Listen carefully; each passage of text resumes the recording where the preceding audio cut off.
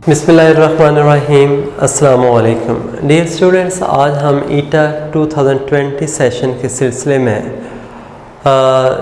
जो चैप्टर 7 का next topic जो करने जा रहे हैं, बहुत ही important topic, that is fungi.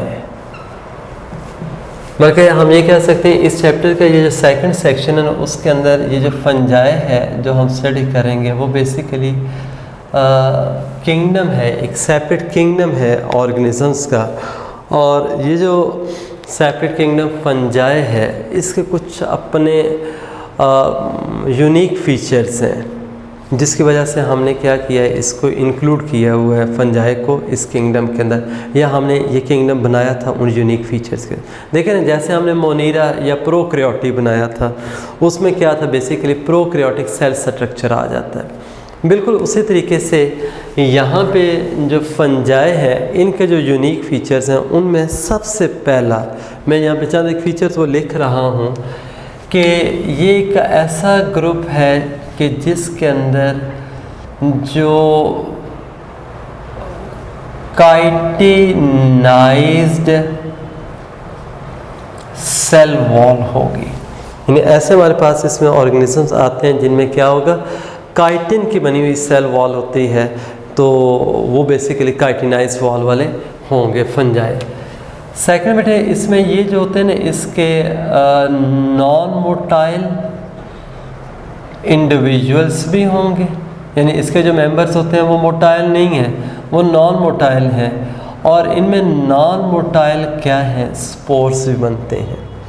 लेकिन हमने लास्ट टाइम डिस्कस किया था ये जो ख़ास तौर पे वो माइकोटा हमने पढ़ा है, वाटर मोल्ड्स, उनके अंदर ज़ूओस्पोर्स का वर्ड आ रहा था। तो जो ज़ूओस्पोर्स थे वो फ्लैजिलेटेड थे, और फ्लैजिला की मदद से क्या है कि वो मूव कर रहे होते हैं। यहाँ पे क्या है, किसी किस्म के फ्लैजिलेटेड या आप कह सकते हैं जो अमीबाइड स्पोर्स हैं वो क्या होंगे, एब्सेंट हैं। यानी हम ये कहते हैं कि नॉन फ्लैजिलेटेड होंगे एक चीज़, या फिर क्या नॉन सूडोपोडियल, यानी अमीबॉइड जो थे ना उनमें सूडोपोडिया थे, और इनके अंदर किसी किस्म के सूडोपोडिया नहीं होते, तो इसलिए फिर क्या होंगे, किसी सूरत में इनके मोटाइल स्पोर्स नहीं होंगे।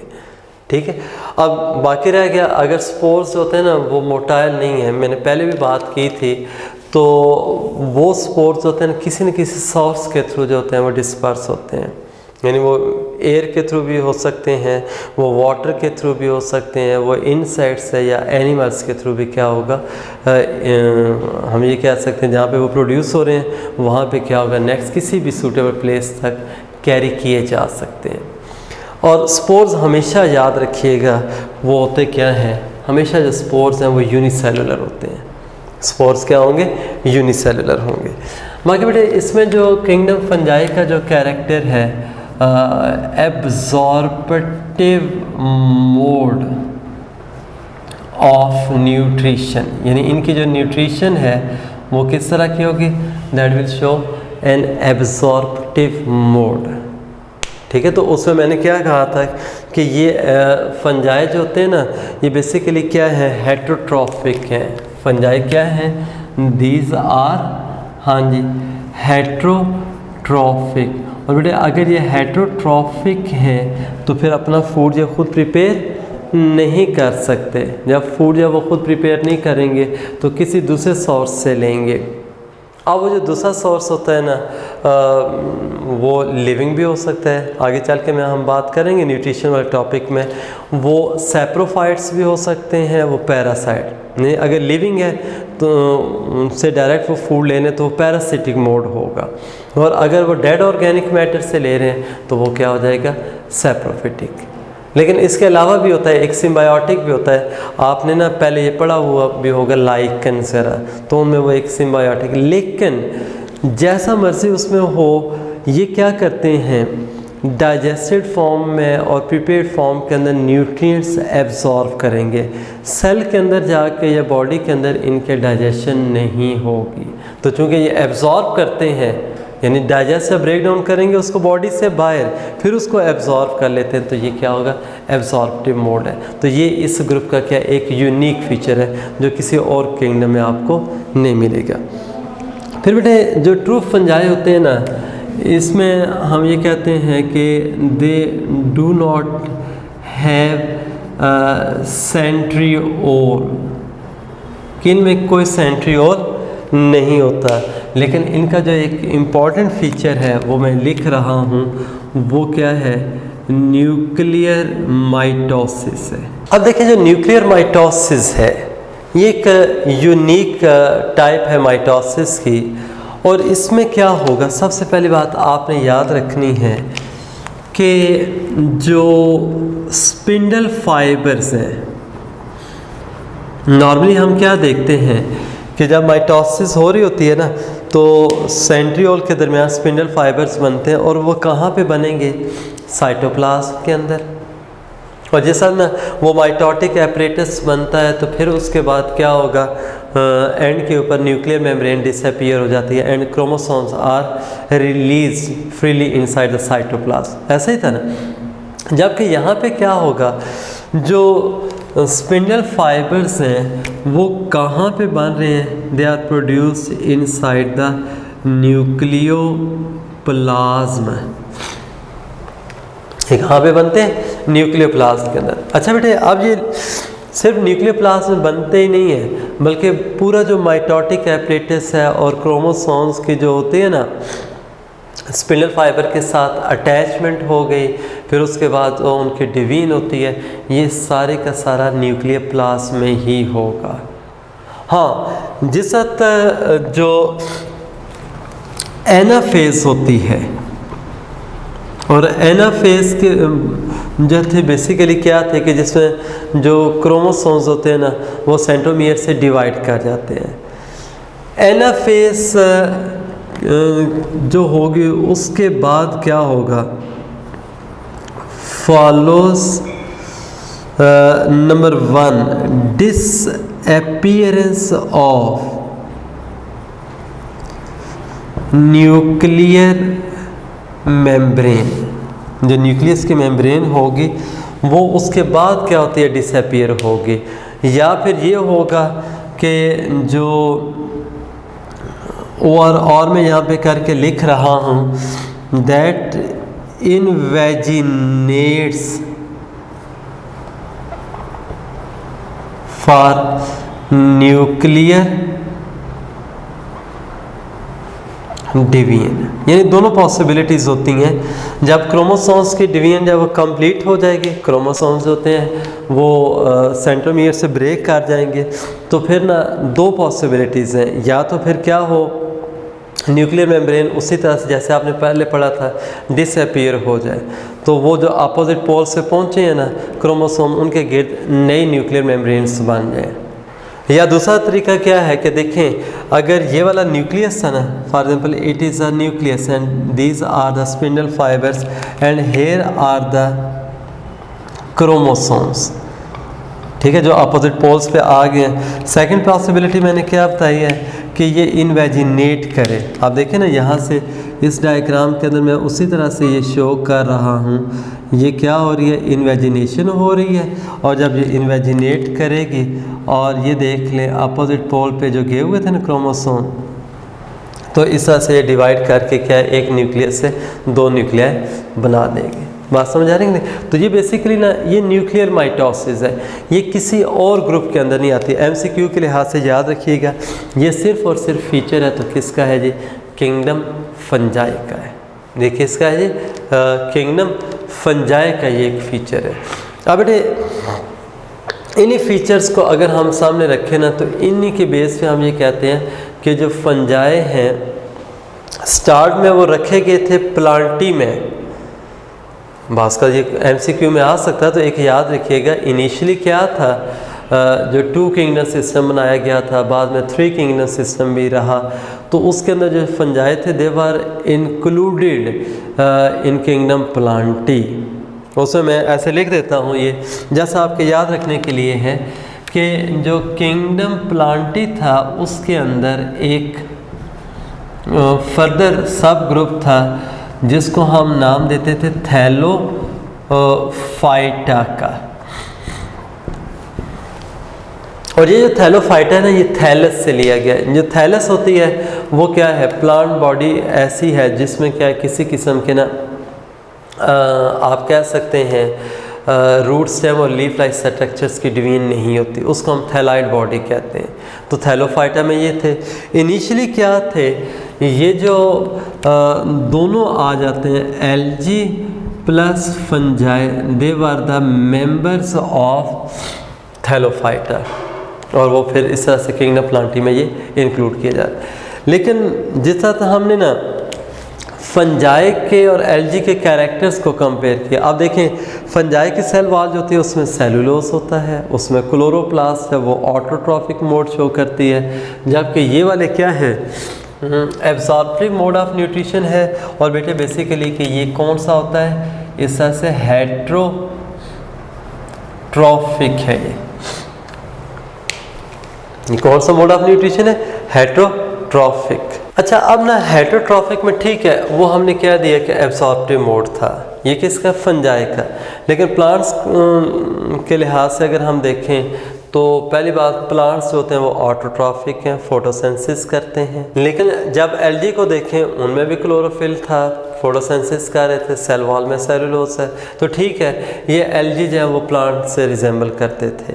लेकिन फंजाई जो है हेट्रोट्रॉफिक मोड भी हो गया, बाकी काइटिनाइज सेल वॉल है या इनके अंदर नॉन मोटाइल जो होते हैं वो स्पोर्स वगैरह बनते हैं। सेंट्रियोल प्लांट्स में भी एब्सेंट है, फंजाई में चले एब्सेंट था, ये रिसेम्बलेंस ज़रूर थी। लेकिन प्लांट्स में जो होता है ना, ये न्यूक्लियर माइटोसिस नहीं होती, फंजाई के अंदर न्यूक्लियर माइटोसिस थी। तो इन फीचर्स को अगर हम देखें तो हमने क्या किया, यहाँ से फंजाई को एक्सक्लूड कर दिया, किस में से, थैलोफाइटा से, और किस में रख दिया हमने, किंगडम फंजाई के अंदर। किस में हमने इंक्लूड कर दिया इसको, किंगडम फंजाई में। जबकि एल्गी जो थे वो स्टार्ट में रहे प्लांटी में ही, वही ना हमने थैलोफाइटा ग्रुप में रखा। लेकिन बाद में जिस वक्त हमने देखा कि प्लांट्स होते हैं वो एम्ब्रियो बनाते हैं, उनके मल्टी सेलुलर रिप्रोडक्टिव स्ट्रक्चर्स होते हैं, एल्गी में ऐसा कुछ नहीं है। तो फिर हमने क्या किया, एल्गी को वहाँ से फिर एक्सक्लूड कर दिया किंगडम प्लांटी से, और इनको क्या था, रख दिया किस में जी, किंगडम प्रोटिस्टा में।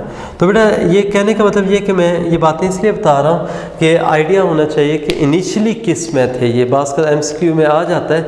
इनिशियली जो थे ना fungi were placed in kingdom Plantae in 2 kingdom system and 3 kingdom system. जब मैं रॉबर्ट विटकर ने ये बनाया था 5 किंगडम, तो वहाँ से ये एक्सक्लूड करके ये कर दिए गए थे किसमें, फंजाई के अंदर। मार्गुलिस और श्वार्ट्ज ने जब उसको मॉडिफाई किया था, फर्दर इम्प्रूव किया था 5 किंगडम क्लासिफिकेशन सिस्टम को, तो then algae were also excluded from plantae and were included in Protista and are now named as plant like Protist। याद रहेगा कि नहीं? अच्छा बेटे ये एक और पॉइंट भी याद रख लीजिएगा कि जो होती है ना एल्गी की स्टडी, ये मैं पहले आपको बता चुका हूँ। एल्गी की स्टडी जो होती है उसको हमने फाइकोलॉजी कहा था, लेकिन जो फंजाई की स्टडी होगी वो क्या होगी, माइकोलॉजी।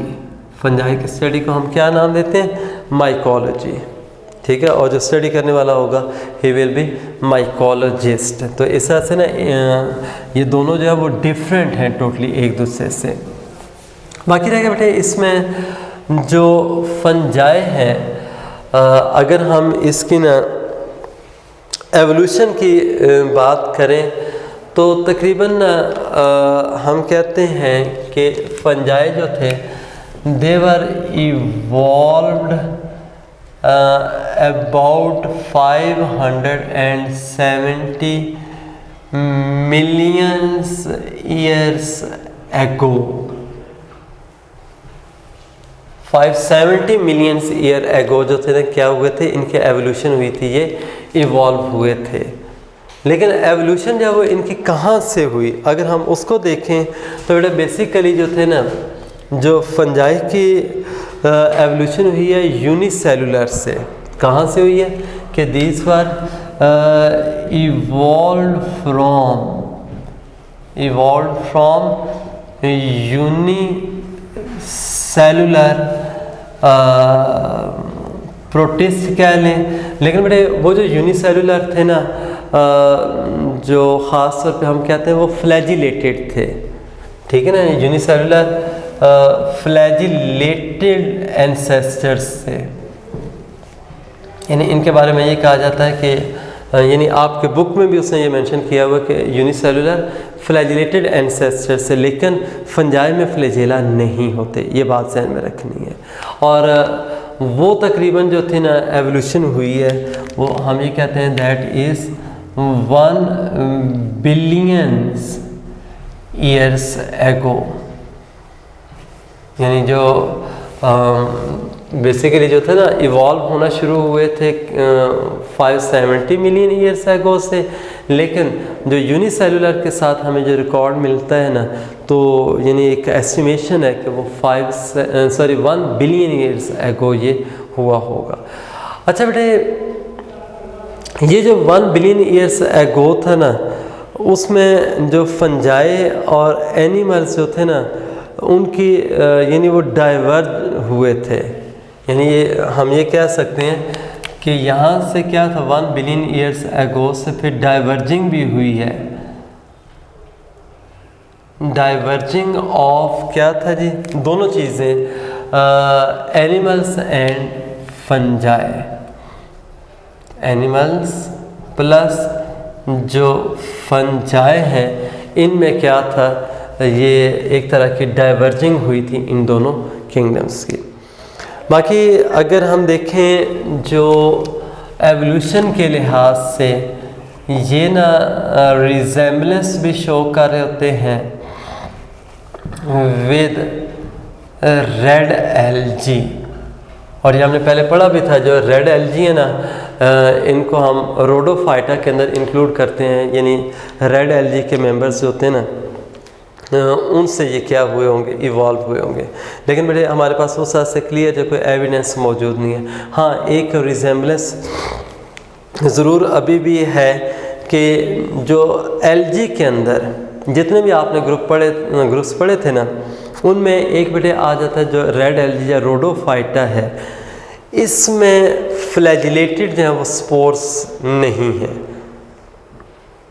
बाकी तमाम जितने भी थे ना जो एलजी के ग्रुप्स हैं, उनमें जो चाहे सेक्सुअल है या ए सेक्सुअल स्पोर्स हैं, फ्लैजिलेटेड हो सकते हैं, जूओ स्पोर्स का हम उनको नाम देते हैं। लेकिन रेड एलजी में कोई जूओ स्पोर नहीं बनता, ना सेक्सुअल ना ए सेक्सुअल। तो ये कैरेक्टर जब उनका क्या है, फंजाई के साथ भी रिजेंबल करता है। तो इसलिए हम ये कहते हैं कि ये क्लोज रिजेंबलेंस शो करते हैं किसके साथ, with a member of red LG यानी रोडोफाइटा। और ये आपने याद रखना है कि ये इसके रीज़न क्या है। हाँ जी, अगर इसके रीज़न लिखे ना तो हम ये कहते हैं बोथ लैक फ्लैजेला। इनमें दोनों के अंदर क्या होंगे, फ्लैजेला जो है वो एब्सेंट है, फ्लैजेला नहीं होते। ये बात भी क्लियर होगी। नेक्स्ट बेटे हम आ जाते हैं इसमें जो रोडोफाइटा है ना के बाद जो इनकी थी ना ख़ास तौर पे जो फंजाई है, ठीक है, वो फंजाई जो थे ना हम कहते हैं रोडोफाइटा के साथ वो एक ओरिजिन्स वो शो कर रहे हैं। लेकिन जो एलजी हैं, रेड एलजी, वो एक्वेटिक हैं। लेकिन फंजाई जो होते हैं ना वो हमें एक्वेटिक भी मिलते हैं और क्या है, इसी तरह से टेरेस्ट्रियल भी हैं। अब यहाँ पे मैं कुछ बातें वो करूँगा कि अगर हम इनको कहते हैं ना ये टेरेस्ट्रियल हैं, यानी हम दोनों तरह से हैं कि फंजाई आर बोथ, हाँ जी, एक्वेटिक एंड टेरेस्ट्रियल। अब बेटे देखें, अगर इवॉल्व हुए कहाँ से, रोडोफाइटा से, रेड एलजी से, उनके साथ एक एवोल्यूशनरी लिंक हमें नज़र आता है।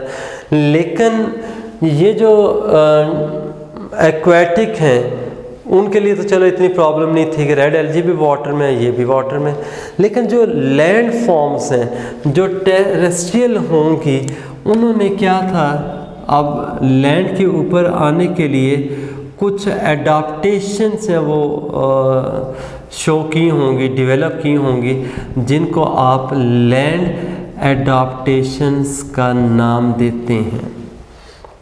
अब ये देखें उसमें ना लैंड एडाप्टेशन के लिहाज से जो सबसे पहली चीज़ आ जाती है वो है काइटिनाइज्ड सेल वॉल।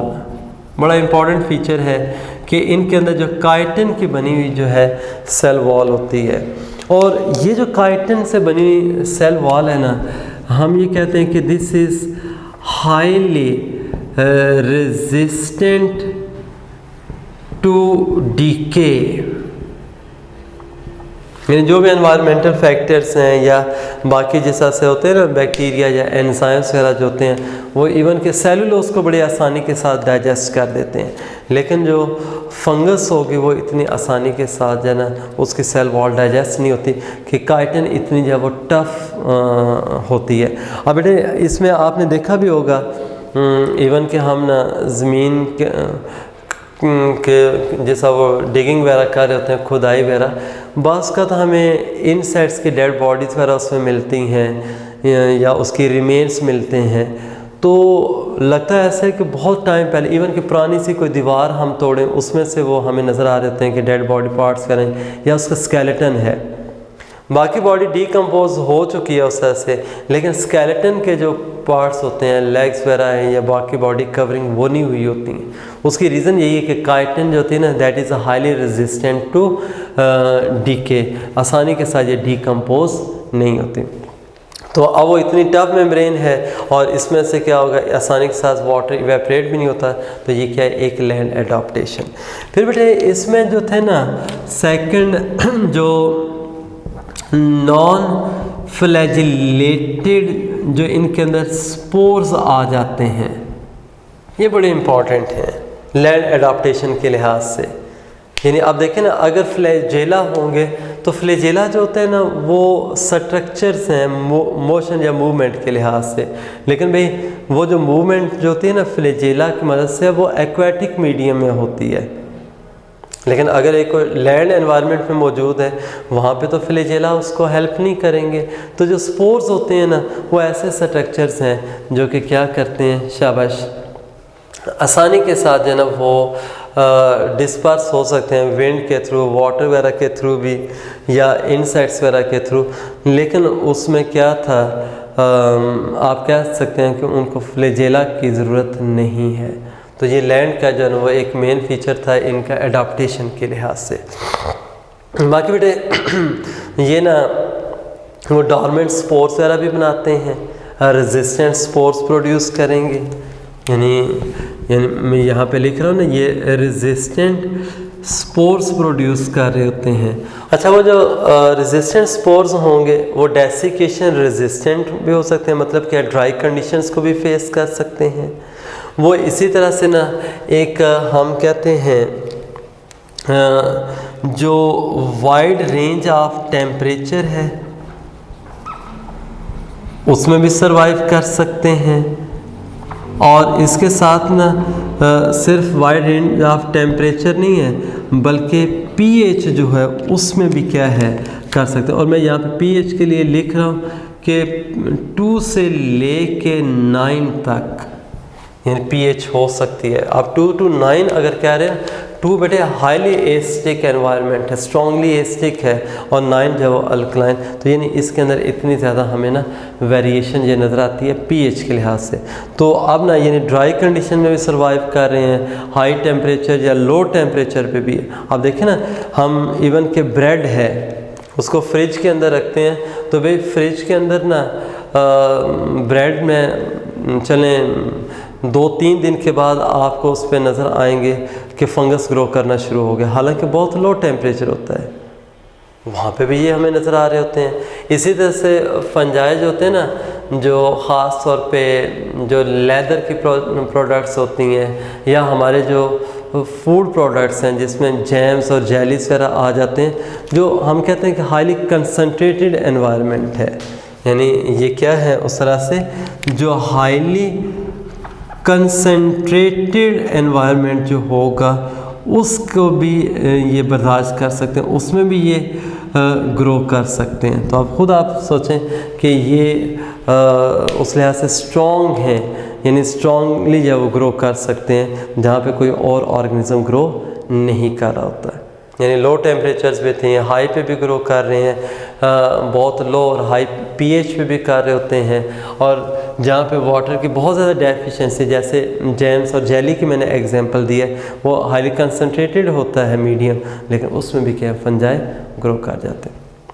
अच्छा बेटे, अब ना अगर हम फंजाई के साइज़ के लिहाज से बात करें तो साइज़ में बेटे एक आ जाता है कि ये यूनिसेलुलर भी हो सकते हैं और इसी तरह से क्या है ये मल्टी सेलुलर भी हो सकते हैं।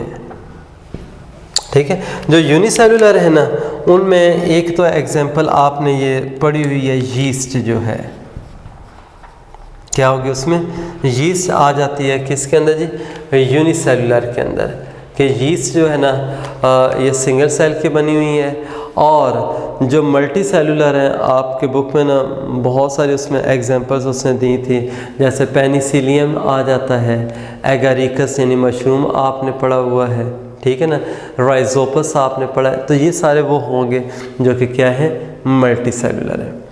अच्छा बेटे, जो मल्टी सेलुलर होंगे ना उनमें एक आ जाता है कि इनके अंदर हाइफी बनते हैं, और आप जानते हैं जो हाइफी हैं वो क्या होते हैं कि these are thread like structures. Hyphae क्या होते हैं, these are thread like structures. और बेटे ये जो हाइफी है ना लॉन्ग और थ्रेड लाइक होते हैं, ये अगेन दो टाइप्स के हैं।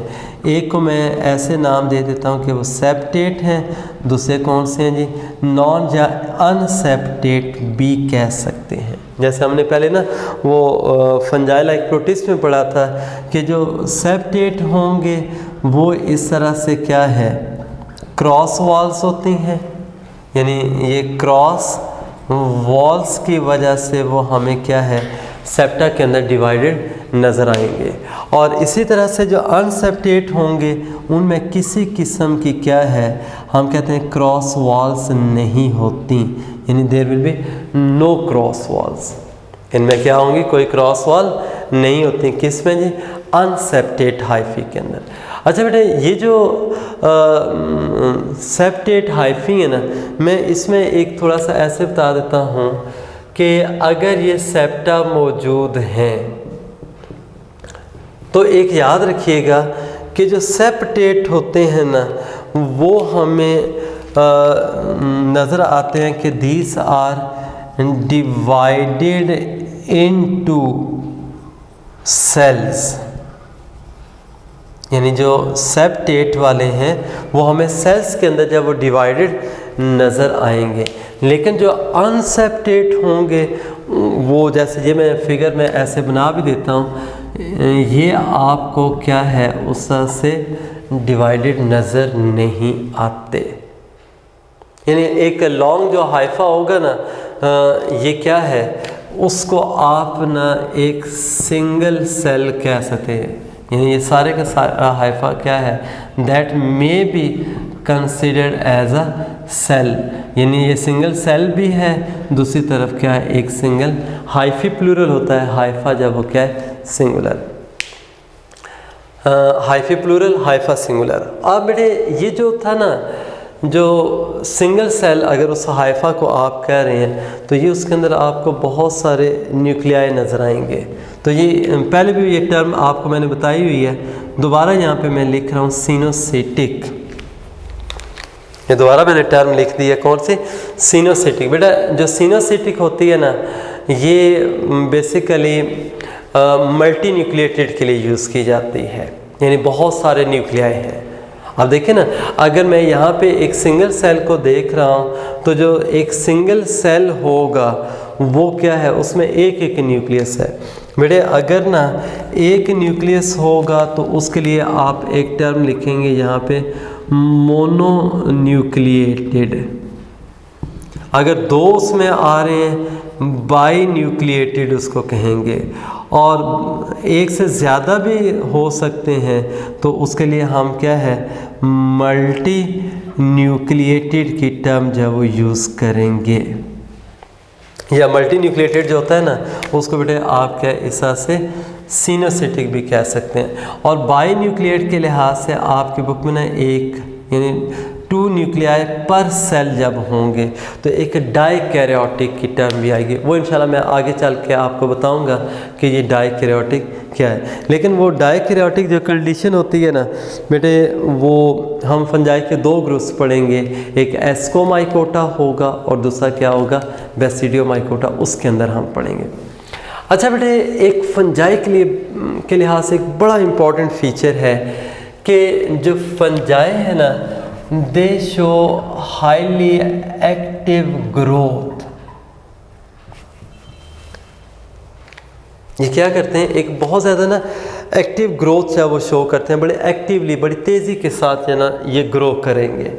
अब बेटे देखें, ये जो एक्टिव ग्रोथ है ज़ाहिर जब वो ग्रो कर रहे हैं उसके लिए उनको फूड मटेरियल्स चाहिए, तो जितना ना वो यानी वो फूड सब्सटेंसेस या न्यूट्रिएंट्स होते हैं वो तेज़ी के साथ मिलते जाएंगे, उतनी क्या है ग्रोथ फास्ट होगी। अब बेटे होता इस तरह से है कि ये जो सिनोसिटिक हाइफी जिसको हम कह रहे हैं ना उसमें बीच में कोई क्रॉस वॉल्स या सेप्टा नहीं है, तो मटेरियल्स क्या करेंगे एक पार्ट से दूसरे पार्ट की तरफ जो है ना वो नॉन स्टॉप जो होते हैं वो मूव करते जाएंगे। ये क्या करेंगे इस तरह से नॉन स्टॉप वो मूव करते जाते हैं, मींस कहीं पे किसी किस्म की कोई हर्डल नहीं है, बीच में कोई सेप्टम या क्रॉस वॉल नहीं है, बीच में किसी किस्म की कोई मेम्ब्रेन इन्वॉल्व नहीं कि उसको वो क्रॉस करें। जब फ्रीली मटेरियल्स एक एंड से दूसरे तक जा रहे हैं तो फिर क्या होगा, मिनरल्स और मटेरियल्स की डेफिशिएंसी नहीं है, वो एक्टिवली वो मिल रहे हैं, तो फिर क्या होगा ग्रोथ बहुत फास्ट होगी।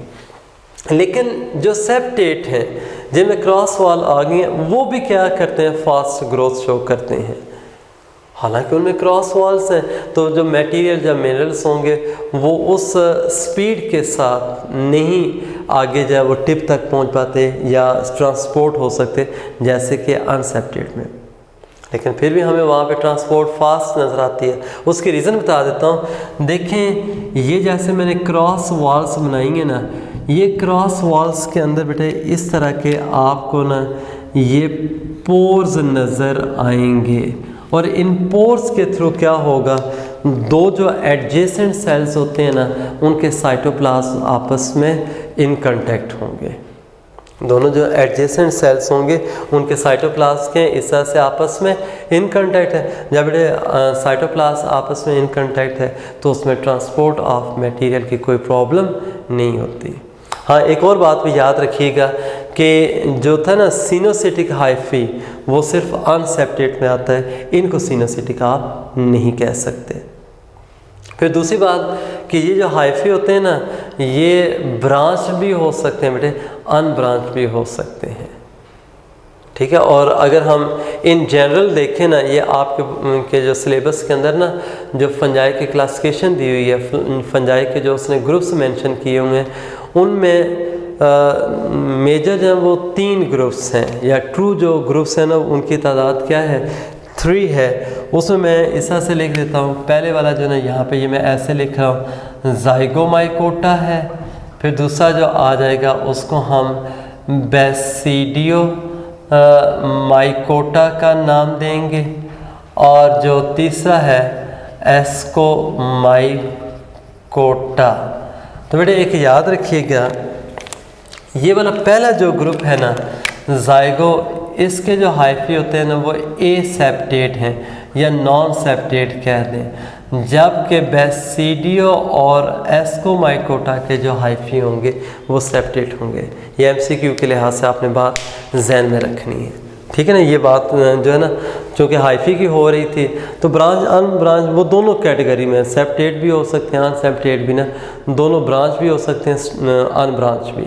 लेकिन जो मेनली आपको एसेप्टेट मिलेंगे वो क्या होगा, ज़ाइगोमाइकोटा के अंदर होंगे, जबकि एस्को और बेसिडियो में क्या है, सेप्टेट हाइफी होंगे। अच्छा बेटे, एक चूँकि एक्टिव ग्रोथ की बात हो रही थी, मैं यहाँ पे इस तरह से कर देता हूँ, एक फंगस का नाम यहाँ पे लिख रहा हूँ। बेसिकली ना ये आर्मिलेरिया, अभी मैं इसका नाम ये लिख रहा हूँ, आर्मिलेरिया।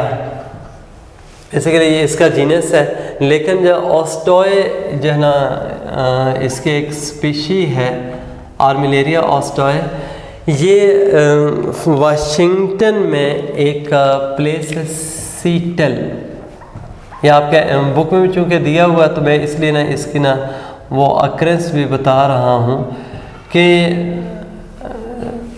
ये हमें वहाँ पे मिलता है। और बेसिकली ना ये हमें एसोसिएटेड नज़र आता है जो ट्रीज़ के जो रूट्स हैं ना उनके साथ, यानी यहाँ पे आप लिख सकते हैं कि it remains associated with roots, यानी ट्रीज़ के जो रूट्स हैं, एंड सॉइल, ये उसके साथ ना ये क्या है होगा। और इसका बेटे एक कॉमन नेम भी अगर आप लिखना चाहते हैं ना, याद रखिएगा, इसको हम कॉमनली एक नाम देते हैं हनी मशरूम का। इसको आप क्या कहेंगे, this is the honey mushroom. और बेटे इसके ना चंद एक वो फीचर्स भी हैं, ख़ास तौर पे चूँकि एक्टिव ग्रोथ की बात हो रही है, तो इसका जो एक हाइफा है ना, यानी वन हाइफा अगर आप लेते हैं, that can grow 1 kilometre per day. एक दिन के लिहाज से इसकी ग्रोथ क्या है, 1 किलोमीटर तक हो सकती है। और ये जो आर्मिलेरिया का हमें जो मिला है ना, जो स्पेसिमेन है, यानी एक सिंगल इंडिविजुअल जो है, उसका जो एरिया ऑक्यूपाइड कह लें या कवर्ड बाय एन इंडिविजुअल, वो जो एक इंडिविजुअल जो है, एक जो एरिया कवर कर रहा होता है बेटे, वो 8.9 स्क्वायर मीटर है। आप खुद आप देख लें कितना जो है उसका होगा। और इसी तरह से जो बेसिकली जो उसका मैस ऑफ एन इंडिविजुअल बनता है बेटे, वो 100 टन्स है, ठीक है ना। और एज के लिहाज से देखें, जो एज है उसकी वो 1000 ईयर्स ओल्ड। यानी हम इस बेस पे ना ये कह सकते हैं कि it is the world's largest individual या ऑर्गेनिज्म। ये बात का आ सकता है कि can we consider it as a largest organism, तो आर्मिलेरिया उस लिहाज से क्या ये कंसिडर किया जा सकता है। बाकी बेटे इसके जो होते हैं ना, जो माइसीलियम है, अभी मैं आता हूँ माइसीलियम की तरफ। माइसीलियम बेसिकली जो होता है ना, ये आप कह सकते हैं फंगस की ना बॉडी को कहते हैं। माइसीलियम क्या है, ये फंगस की बॉडी है। और बेटे ये जो माइसीलियम या फंगस की बॉडी है ना, ये बेसिकली यानी आर्मिलेरिया की बात कर रहा हूँ, ये क्या होगी, दिस इज़ अंडरग्राउंड। और जो फ्रूटिंग बॉडीज़ होती हैं, ओनली फ्रूटिंग बॉडी जो कि क्या होती है, मशरूम की तरह से होती हैं, वो क्या होंगी, दीज विल बी, हाँ जी, अबव ग्राउंड। ये भी आपने याद रखना। देखें सारी ये MCQs के लिहाज से बातें हैं कि माइसीलियम जो होती है वो अंडरग्राउंड है, और इसी तरह से जो फ्रूटिंग बॉडीज़ होंगी मशरूम की तरह की अम्ब्रेला लाइक, वो क्या होती हैं, अबव ग्राउंड। अच्छा बेटे, इसमें ना एक इम्पॉर्टेंट पॉइंट और भी याद रखिएगा कि जिस तरह से हमने कहा था ना, फंजाई जो होते हैं वो हाइफी से बने हुए हैं। अब वो हाइफी जब मिलते हैं तो वो क्या करते हैं, बॉडी ऑफ अ फंगस बना देंगे। क्या है कि बॉडी ऑफ अ फंगस जो होती है ना, यानी एक फंगस की बॉडी जो होती है वो हाइफी से मिलके बनी है, लेकिन हम उस बॉडी को क्या नाम देते हैं, माइसीलियम का। यानी एक आसान सा बता रहा हूँ, माइसीलियम से मीनिंग क्या है, एक फंगस की बॉडी है। लेकिन बेटे एक याद रखें, टेक्निकली अगर आप ना माइसीलियम को डिफ़ाइन करते हैं तो माइसीलियम जो है ना, नो डाउट वो फंगस की बॉडी है, लेकिन अगर आप उसको व्यू करते हैं तो उस बॉडी के अंदर आपको बहुत सारे हाइफी नज़र आएंगे। उसमें क्या आपको बहुत सारे हाइफी नज़र आएंगे। यानी जो माइसीलियम है ना, उसमें जब बहुत सारे हाइफी नज़र आते हैं तो हम ना मैस ऑफ हाइफी भी कह सकते हैं, या इसको आप ना ग्रुप ऑफ हाइफी भी कह सकते हैं। यानी माइसीलियम बेसिकली क्या है, दैट इज़ अ मैस या collection of hyphae, group of hyphae, वो माइसीलियम कहते हैं। वही जो ग्रुप ऑफ हाइफी होगा that will be called as mycelium और फंगस बॉडी। ये बातें क्लियर हो रही हैं।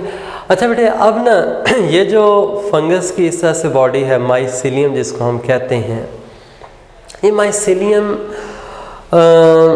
इम्पॉर्टेंट है इस हवाले से कि देखें जो मल्टी सेलुलर है ना, यानी हमने पहले क्या दिया था कि जो हाइफी बनते हैं थ्रेड लाइक स्ट्रक्चर वो मल्टी सेलुलर केस में बनेंगे। अब यूनिसेलुलर जैसे आपने ना यीस्ट पढ़ी है, यीस्ट में किसी किस्म के जो है वो आपको हाइफी नज़र नहीं आएंगे, उसमें किसी किस्म की माइसीलियम नहीं होगी। तो बेटा अब ना बास का ये MCQ भी इस तरह से आ सकता है कि अगर ना माइसीलियम का पूछा जाए ना कि in which fungus mycelium will be absent, तो आपने ना फ़ौरन तौर पे जहन में लेके आना है कि भाई इनमें कोई यूनिसेलुलर तो नहीं है।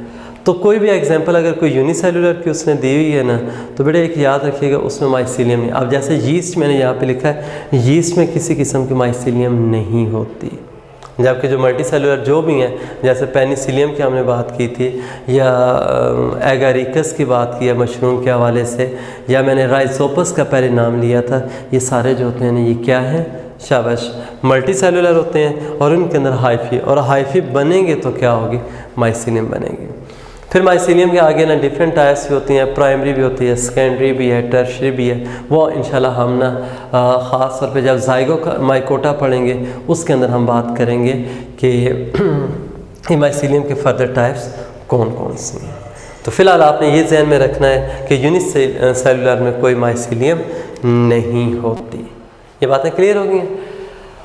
अच्छा बेटे, अब ना एक इसी के साथ एक छोटा सा और एक हेडिंग सा मैं इसमें ये कर रहा हूँ कि जो फंजाई हैं इनको हम क्लासिफाई कैसे करते हैं।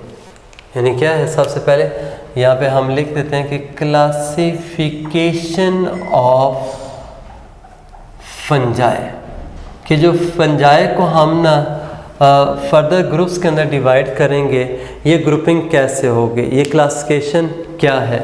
तो बेटे देखें, सबसे पहली बात कि जो फंजाई है हम उनको जो सेक्सुअल रिप्रोडक्शन है उसकी बेस के ऊपर क्या करते हैं, क्लासिफाई करेंगे। यानी बेसिकली जो क्लासिफिकेशन है that is based upon sexual reproduction कहते हैं, या यहाँ पे मैं डायरेक्ट लिख रहा हूँ सेक्सुअल स्पोर्स। अब ये सेक्सुअल स्पोर्स बेसिकली क्या होते हैं, जो सेक्सुअल रिप्रोडक्शन के दौरान बनते हैं। सेक्सुअल स्पोर्स कौन से होंगे, जो ड्यूरिंग सेक्सुअल रिप्रोडक्शन बनेंगे। अब बेटे ये जो सेक्सुअल रिप्रोडक्शन के दौरान बनते हैं, मिसाल के तौर पे एक स्पोर यहाँ पे मैं ऐसे जिक्र कर रहा हूँ, जाइगोस्पोर। एक इसी तरह स्पोर हम पढ़ेंगे आगे चल के एस्को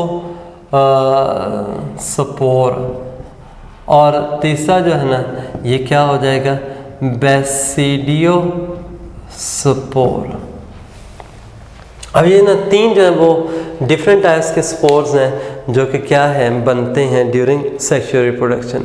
तो बेटे इसी बेस पे ना देखें, अगर ना ये जाइगोस्पोर बना ना तो फंगस का वो वाला जो ग्रुप होगा उसको हम जाइगोमाइसीट का वर्ड भी लिखा जाता है या जाइगोमाइकोटा कहेंगे।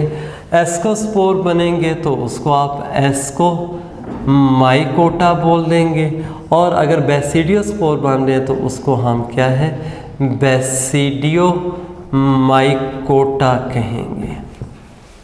बात समझ आ रही? अब ये जो है ना ये तीनों जो हैं इनको मैं ऐसे लिख रहा हूँ कि these are the true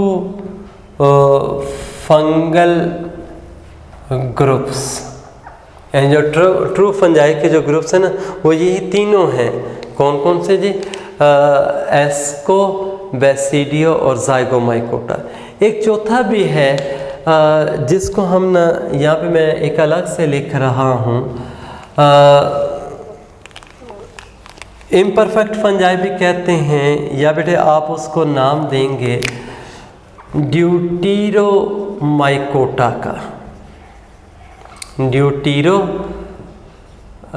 mycota या इनको आप क्या कहते हैं, इम्परफेक्ट फंजाई। और बेटे हम इनको इम्परफेक्ट फंजाई इसलिए कहते हैं कि इनके अंदर किसी किस्म की क्या होगी, सेक्सुअल रिप्रोडक्शन नहीं होती। There is no sexual reproduction in case of Deuteromycota. तो यानी अब आप ये कह सकते हैं कि जिन फंजाई में या तो सेक्सुअल रिप्रोडक्शन एब्सेंट है और yet not has been discovered, उनको हम किस में रख रहे हैं जी? शाबाश, इस ड्यूटीरोमाइकोटा के अंदर। लेकिन एक याद रखें ये ट्रू ग्रुप नहीं है फंगस का। उसकी वजह ये है कि जैसे जैसे इनके ऊपर ना हम फर्दर वो स्टडीज़ करते जा रहे हैं उनके बारे में ना जहाँ तक वेजिटेटिव कैरेक्टर्स हैं या इवन के जो एसेक्सुअल स्पोर्स जिनको हम कहते हैं, यानी अगर हम देखें ना इनके अंदर जो एसेक्सुअल जो रिप्रोडक्शन होगी उसकी बेस पे देखें तो एसेक्सुअल रिप्रोडक्शन या टाइप ऑफ हाइफी के लिहाज से वो जाइगो, एस्को या बेसिडियोमाइकोटा में से किसी एक के साथ रिजेम्बलेंस शो करते हैं। ये याद रखिएगा, ये बात का एमसीक्यू में आ सकता है कि जो ड्यूटीरोमाइकोटा के मेंबर्स हैं वो एसेक्सुअल रिप्रोडक्शन और एसेक्सुअल स्पोर्स की बेस पे क्या है, they show a resemblance with any of three groups, यानी जो जाइगो, एस्को या बेसिडियो। लेकिन एक याद रखें उनको हम उनमें प्लेस इसलिए नहीं कर सकते कि दे लैक सेक्सुअल स्पोर्स। और उसकी रीज़न ये है कि either sexual reproduction is absent in those member और yet not have been discovered. और होप्स हो कि अगर वो डिस्कवर होती है तो उसमें से फिर क्या होगा, either they will belong to basidio, asco और जाइगो, किसी एक में हम रख सकते हैं। ये बात समझ आ गई कि नहीं? बाकी रह गया बेटे, ये तो थी जो क्लासिफिकेशन है वो सेक्सुअल स्पोर्स के लिहाज से। जैसे मैंने कहा जी एसेक्सुअल रिप्रोडक्शन करते हैं और फंजाई के अंदर जो एसेक्सुअल रिप्रोडक्शन है बेटे वो सारी की सारी बेस है किसके ऊपर, जो क्लासिफिकेशन थी वो बेस थी सेक्सुअल स्पोर पे। लेकिन एसेक्सुअल जो मेथड है ना वो एक ऐसा होता है जो कि रिप्रोडक्शन का मेथड है, फास्ट मेथड होता है, लेकिन वो उस वक्त होगा जब कंडीशंस क्या होती हैं, फेवरेबल। एक बात आपने ध्यान में रखनी है कि फेवरेबल कंडीशंस में क्या करेंगे, जो फंजाई है वो एसेक्सुअल रिप्रोडक्शन शो करते हैं, लेकिन जो सेक्सुअल रिप्रोडक्शन होगी वो ज़्यादातर क्या होगी, वो अनफेवरेबल में होती है। और ख़ास तौर पे जो ग्रोइंग सीज़न का एंड होगा ना उसके ऊपर क्या है वो सेक्सुअली रिप्रोड्यूस करेंगे। क्यों? उसमें कुछ रेजिस्टेंट किस्म के स्पोर्स बनते हैं या फ्रूटिंग बॉडीज़ बनती हैं जिसके अंदर क्या होगी, वो ग्रेटर हमें प्रोटेक्शन मिलती है। एनीवे बेटे, एक यहाँ पे ना एसेक्सुअल रिप्रोडक्शन के लिहाज से मैं बता देता हूँ कि कुछ स्ट्रक्चर्स बनते हैं। जैसे ये मैंने एक आपके सामने ना यूँ स्ट्रक्चर ये शो कर दिया, इसको बेटे हम नाम देते हैं कि this is simply the sporangium. ये कौन सा है जी? स्पोरेंजियम है। और स्पोरेंजियम के अंदर क्या बने हैं जी? स्पोर्स। और जैसे हमने पहले पढ़ा था ना, जो भी स्पोर्स होंगे वो इस तरह से यूनिसेलुलर होते हैं, न्यूक्लियस और थोड़ा सा साइटोप्लाज्म होगा। लेकिन ये जो स्पोरेंजियम जो बनती है ना, ये भी एक ख़ास किस्म के हाइफी होते हैं।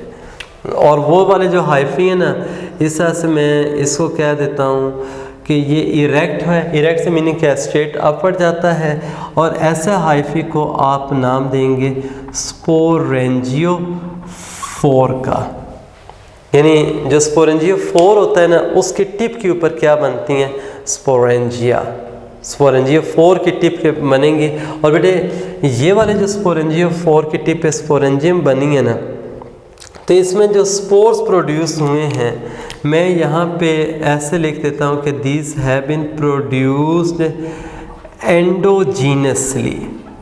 यानी उसके अंदर बने ना, इंटरनली बने हैं, तो they have been produced endogenously.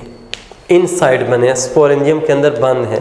बाकी जैसा वो मैच्योर हो जाएंगे, स्पोरेंजियम वॉल बस्ट करेगी, they will be release and disperse by wind. ज़्यादातर विंड के थ्रू होते हैं, लेकिन इनसाइड और वाटर के थ्रू भी हो सकते हैं।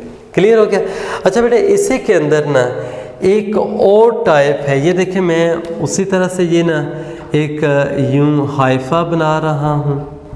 ये सेप्टेट हाइफा था। अब बेटे इस हाइफा की जो टिप होगी ना, वहाँ पे जो सेल्स होते हैं, ऐसा ऐसा से वो क्या एक आप यूं कह सकते हैं, वो राउंड सी फॉर्म अटेन कर लेंगे। और वो जो होते हैं ना राउंड फॉर्म वाले जो हमें नज़र आते हैं, उनको हम सिंपली ना कोनिडिया भी कहते हैं या कोनिडियोस्पोर्स कह देंगे। अब देखें यहाँ पे स्पोरेंजियम बनी थी, स्पोरेंजियोफोर कहा था। इस हाइफा को आप क्या है? कोनिडियोफोर कह देंगे। यानी ऐसा जो हाइफा होगा दैट विल बी कोनिडियोफोर। कोनिडियोस्पोर और ये क्या था? उसके कोनिडियोफोर। लेकिन बेटे देखें, स्पोर जो थे वो इनसाइड बने थे स्पोरेंजियम, तो एंडोजीनस का मैंने वर्ड यूज़ किया। जबकि ये क्या है? यानी एक्सपोज हैं, सरफेस पे बन रहे हैं, तो बेटे इसको हम कहते हैं कि दीज आर प्रोड्यूस एक्सोजीनसली। यानी एक्सोजीनसली इसलिए कह दिया है कि वो किसी स्पोरेंजियम के अंदर कोई सैक लाइक या कैप्सूल लाइक स्ट्रक्चर नहीं है जिसके अंदर बंद होंगे। और होता क्या है? इंडिविजुअल जो सेल होगा, वेजिटेटिव सेल जिसको आप कहते हैं ना, वही कन्वर्ट हो जाएगा क्या? कोनिडियोस्पोर। फिर वहाँ से अलग होते जाएंगे, डिस्पर्स होके they can grow and develop to form new sporangia. अब आखिरी बात इसमें बेटे, ये तो थे चलो स्पोर्स के थ्रू क्या है? सेक्सुअल रिप्रोडक्शन हो रही है। दूसरे जो इसमें ना ए सेक्सुअल रिप्रोडक्शन हो रही है। दूसरा बेटे इसमें मैं यहाँ पे लिख रहा हूँ बर्डिंग के थ्रू भी होती है, या फिर एक और मेथड भी है जिसको हम क्या नाम देते हैं? फ्रेगमेंटेशन। ये भी आपने ध्यान में रखना है। अब जो यीस्ट है ना, ये देख लें, अगर ये एक यूनिसेलुलर यीस्ट थी, तो ये उसके सरफेस के ऊपर क्या बना है? एक बड, एक आउटग्रोथ से बनती है। बाद में वो आउटग्रोथ क्या हो जाएगी? सेपरेट हो जाएगी। और सेपरेट होने के बाद क्या है? वो एक नया इंडिविजुअल या यीस्ट बना सकती है। जबकि फ्रेगमेंटेशन में क्या होगा? ये देखें, जस्ट लाइक दिस, मैंने ये शो कर दिया। ये एक क्या था? हाइफा है।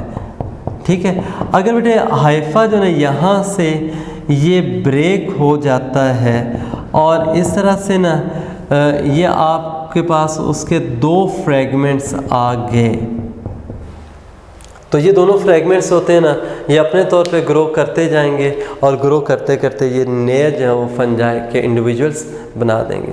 तो जो उनके फ्रेगमेंट्स हैं वो ब्रेक हुआ, उससे नए बने हैं, तो इसको आप क्या नाम देंगे? फ्रेगमेंटेशन का। इसको आप क्या बोलेंगे? ये फ्रेगमेंटेशन है। मेरे ख्याल में यहाँ तक ये बातें क्लियर हो गई होंगी। बाकी इंशाल्लाह ना हम नेक्स्ट के अंदर जब वो इसके जो आज ये ग्रुप्स की बातें की हैं ना, तो 1 बाय 1 यही वाले हम ग्रुप्स जब वो डिस्कस भी करेंगे नेक्स्ट टाइम। मेरी पूरी कोशिश होगी कि यहाँ पे ना एक स्केच सा बना दूँ जिसमें तीनों का एक तरह का कंपैरिजन भी आ जाए, थोड़ा सा जो रिजेम्बलेंसेस और डिफरेंसेस हैं वो भी आपको पता चल जाएंगे। इजाज़त दीजिए जी, थैंक्स वेरी मच एंड अल्लाह हाफिज़।